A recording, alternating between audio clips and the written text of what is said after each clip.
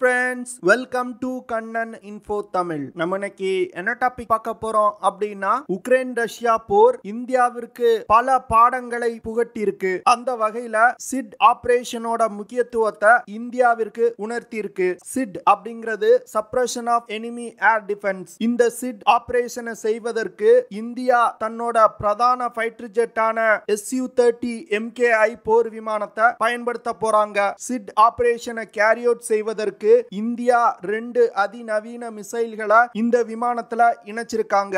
இந்த வீடியோல சிட் ஆபரேஷன்னா என்ன, Su-30 MKI போர் விமானம் மற்றும் இந்தியா உருவாக்கி இருக்கிற அந்த 2 மிசைல்களோட சிறப்பு அம்சங்கள் மற்றும் தாக்கும் திறன் குறித்து நம்ம டீடைலா இந்த வீடியோல பார்க்கலாம். நீங்க இப்பதான் நம்ம சேனலுக்கு ஃபர்ஸ்ட் டைம் வர்றீங்க அப்படின்னா நம்ம சேனலை சப்ஸ்கிரைப் பண்ணிக்கங்க. அப்படியே அந்த பெல் நோட்டிபிகேஷனை கிளிக் பண்ணி ஆல்ங்கிற ஆப்ஷனை எனேபிள் பண்ணிக்கங்க.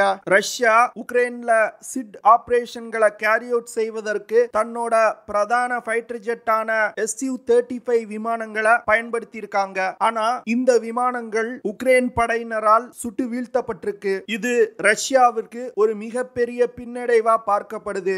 ஏன்னா Su-35 விமானங்கள் தான் ரஷ்யாவின் பிரதான ஃபைட்டர் ஜெட், மிகவும் அதிநவீனமானது. இந்த சூழ்நிலையில மிகவும் குறைவான ஏர் டிஃபென்ஸ் கேப்பபிலிட்டி கொண்ட உக்ரைன் எப்படி இந்த Su-35 விமானங்களை சுட்டு வீழ்த்துறாங்க அப்படின்னு பலருக்கு ஆச்சரியம் ஏற்பட்டுச்சு. ஆனா ரஷ்ய விமானப்படையிடம் ஒரு டிராபேக் இருக்கு. அது என்ன அப்படின்னா, தொலை தூரத்துல இருந்து தாக்குதல் நடத்தக்கூடிய ஸ்டாண்ட் ஆஃப் வெப்பன்ஸ் ரஷ்யாவிடம் மிக குறைவு. இதன் காரணமா ரஷ்யாவின் Su-35 விமானங்கள் குறைவான உயரத்துல பறந்து சென்று தாக்குதல் நடத்த வேண்டிய கட்டாயம் ஏற்பட்டிருக்கு. அப்படி குறைவான உயரத்துல பறக்கும் பொழுது உக்ரைன் வீரர்கள் ஸ்டிங்கர் மிசைல்களை பயன்படுத்தியே இந்த ஃபைட்டர் ஜெட்டுகளை சுட்டு வீழ்த்துறாங்க.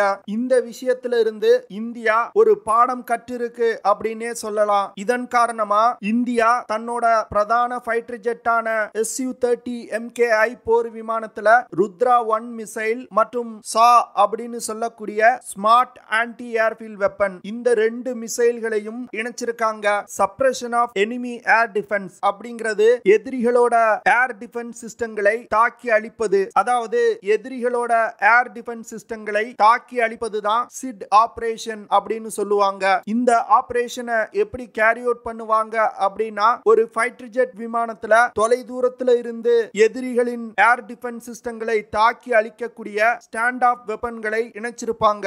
இதன் மூலமா எதிரிகளோட ஏர் டிஃபென்ஸ் சிஸ்டத்தோட எல்லைக்குள் செல்லாமலே தொலை தூரத்துல இருந்து அந்த சிஸ்டங்களை தாக்கி அழிக்க முடியும். Su-30 MKI போர் விமானம் ரஷ்யாவால் டிசைன் செய்யப்பட்டது. ஆனா ரஷ்யாவிடமிருந்து லைசன்ஸ் வாங்கி இந்தியாவிலே HAL நிறுவனத்தால் இந்த விமானம் உருவாக்கப்பட்டிருக்கு. இந்திய விமானப்படையில் 260க்கும் மேற்பட்ட Su-30 MKI போர் விமானங்கள் பயன்பாட்டில் இருந்து வருது. Su-30 MKI போர் விமானங்கள் ரஷ்ய விமானங்கள் போல் இல்லாமல் இந்தியாவிற்கு தேவையான பல முக்கியமான சேஞ்சஸ் இந்த விமானத்துல செய்யப்பட்டிருக்கு. இதன் மூலமா பிரான்ஸ், இஸ்ரேல், அமெரிக்கா போன்ற பல நாடுகளின் ஆயுதத்தை இந்த விமானத்துல இணைத்து பயன்படுத்த முடியும். சிட் ஆபரேஷன்ல பயன்படுத்தப்படும் விமானங்கள்ல அதிநவீன ரடார்கள் இருக்கணும். அந்த வகையில Su-30 MKI போர் விமானத்துல NIIP NO-011M Bars passive electronically scanned array radar பயன்படுத்தப்பட்டிருக்கு. இந்த ரடார் ஒரு digital multi mode dual frequency band radar. இந்த ரடார்னால ஏர் டு லேண்ட் மற்றும் கடல்ல இருக்கக்கூடிய டார்கெட்டுகளை ட்ராக் செய்ய முடியும். இந்த ரடார்ல ஒரு அதிநவீன ஆன்டி ஜாமிங் ஃபீச்சர் இருக்கு. இதன் மூலமா இந்த ரடார்களை எதிரிகளால் ஜாம் செய்ய முடியாது. N011M ரடார்னால 400 கிலோமீட்டர் தூரத்துல உள்ள டார்கெட்ஸை கண்டுபிடிக்க முடியும். 200 கிலோமீட்டர் தூரத்துல உள்ள டார்கெட்ஸை ட்ராக் செய்ய முடியும். இந்த ரடார்னால ஒரே நேரத்துல 15 ஏர் டார்கெட்டுகளை ட்ராக் செய்ய முடியும். ட்ராக் செய்யப்பட்ட 15 டார்கெட்ல ஒரே நேரத்துல 4 டார்கெட்டுகள் மீது தாக்குதல் நடத்த முடியும். இந்த ரடார்னால க்ரூஸ் மிசைல், ஹெலிகாப்டர், விமானங்கள் போன்ற அனைத்து விதமான டார்கெட்டுகளையும் கண்டுபிடிக்க முடியும். Su-30 MKI போர் விமானத்தை மினி அவாக்ஸ் அப்படின்னு சொல்றாங்க. ஏன்னா இந்த விமானத்தால மற்ற விமானங்களுக்கு ஒரு கமாண்ட் போஸ்ட் போல செயல்பட முடியும். இந்த விமானத்துல இருக்கக்கூடிய அதிநவீன ரடார் காரணமா தொலை தூரத்துல உள்ள ஏரியல் டார்கெட் டார்கெட்ஸை கண்டுபிடிக்க முடியும். கண்டுபிடிக்கப்படும் டார்கெட்ஸோட கோஆர்டினேட்ஸை குறைந்தது 4 விமானங்களுக்காவது அனுப்பி வைக்க முடியும். இதனால ஒரு யுத்த களத்துல மற்ற விமானங்களையும் Su-30 MKI போர் விமானத்தால வழி நடத்த முடியும். இந்த விமானத்துல உள்ள ரடார்கள்னால மிகவும் சிறிய கிரவுண்ட் டார்கெட்டான டேங்குகளை கூட 40 முதல் 50 கிலோமீட்டர் தூரத்துல இருக்கும் பொழுதே கண்டுபிடிக்க முடியும். இந்த கேப்பபிலிட்டிஸ் காரணமா தான் இந்தியா சிட் ஆபரேஷன்களுக்கு Su-30 MKI போர் விமானத்தை பயன்படுத்த திட்டமிட்டிருக்காங்க. Su-30 MKI போர் விமானத்துல 12 ஹாட் பாயிண்ட்ஸ் இருக்கு. இந்த ஹாட் பாயிண்ட்ஸை பயன்படுத்தி air to air missile, air to surface missile, anti radiation missile, anti ship missiles மற்றும் பாம்களை எடுத்து சென்று தாக்குதல் நடத்த முடியும். அந்த வகையில சிட் ஆபரேஷனுக்கு பயன்படுத்தப்படும் 6 ருத்ரம் 1 ஆன்டி ரேடியேஷன் மிசைல்களை இந்த விமானத்தால எடுத்து சென்று தாக்குதல் நடத்த முடியும். அப்போ இந்திய விமானப்படையின் ஒரு ஸ்குவாட்ரன் விமானங்கள்ல 108 ருத்ரம் 1 ஆன்டி ரேடியேஷன் மிசைல்களை எடுத்து சென்று தாக்குதல் நடத்த முடியும். இதன் மூலமா பாகிஸ்தானுடைய அனைத்து ஏர் டிஃபென்ஸ் சிஸ்டங்களையும் இந்தியானால ஒரே நேரத்துல தாக்கி அழிக்க முடியும். இதன் மூலமா யுத்த நேரத்துல இந்தியாவிற்கு ஏர் சுப்பீரியாரிட்டி கிடைக்க வாய்ப்பு இருக்கு. இந்த ருத்ரம் 1 மிசைல் ஒரு அதிநவீனமான ஆன்டி ரேடியேஷன் மிசைல். இந்த ஆன்டி ரேடியேஷன் மிசைல்கள் பிரத்யேகமா சிட் ஆபரேஷன்களை கேரி அவுட் செய்வதற்காகவே உருவாக்கப்பட்ட மிசைல். இந்த மிசைல DRDO டெவலப் செஞ்சிருக்காங்க.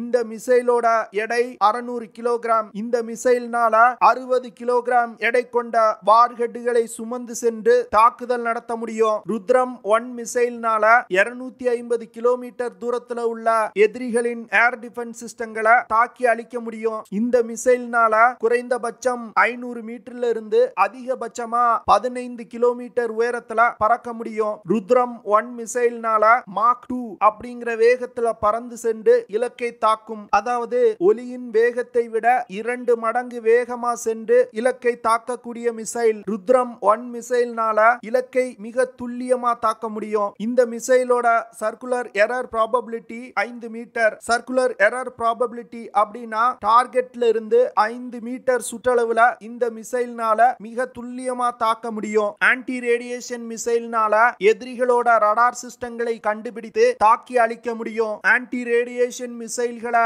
இலக்கை நோக்கி வழி நடத்துவதற்காக இனிஷியல் நேவிகேஷன் சிஸ்டம் பயன்படுத்தப்படுது. இனிஷியல் நேவிகேஷன் சிஸ்டத்தின் அக்யூரசியை அதிகரிக்கிறதுக்கு GPS மற்றும் நேவிக் சேட்டலைட் கைடன்ஸ் சிஸ்டமும் இணைக்கப்பட்டிருக்கு. பாசிவ் ஹோமிங் எமிட்டரும் கைடிங் சிஸ்டத்துல பயன்படுத்தப்பட்டிருக்கு. இந்த மிசைல் இலக்கை தாக்கும் முன் இருக்கக்கூடிய இறுதி கட்டத்துல millimetre wave active radar homing system பயன்படுத்தப்படும். இதன் மூலமா எதிரிகளோட இலக்கை மிக துல்லியமா தாக்க முடியும். அடுத்து சிட் ஆபரேஷனை கேரி அவுட் செய்வதற்கு இந்தியா தேர்வு செஞ்சிருக்க இரண்டாவது வெப்பன் DRDO நிறுவனத்தால் தயாரிக்கப்பட்ட சா அப்படின்னு சொல்லக்கூடிய ஸ்மார்ட் ஆன்டி ஏர்ஃபீல்ட் வெப்பன். இந்த வெப்பன் ஒரு precision guided anti airfield glide bomb. இந்த கிளைட் பாமை பிரத்யேகமா எதிரிகளோட ஏர் டிஃபென்ஸ் சிஸ்டங்கள் மற்றும் விமான தளங்களை தாக்கி அழிப்பதற்காகவே DRDO உருவாக்கி இருக்காங்க. இந்த கிளைட் பாம் இந்திய கடற்படை மற்றும் இந்திய விமானப்படையில் பயன்படுத்தப்பட்டு வருது.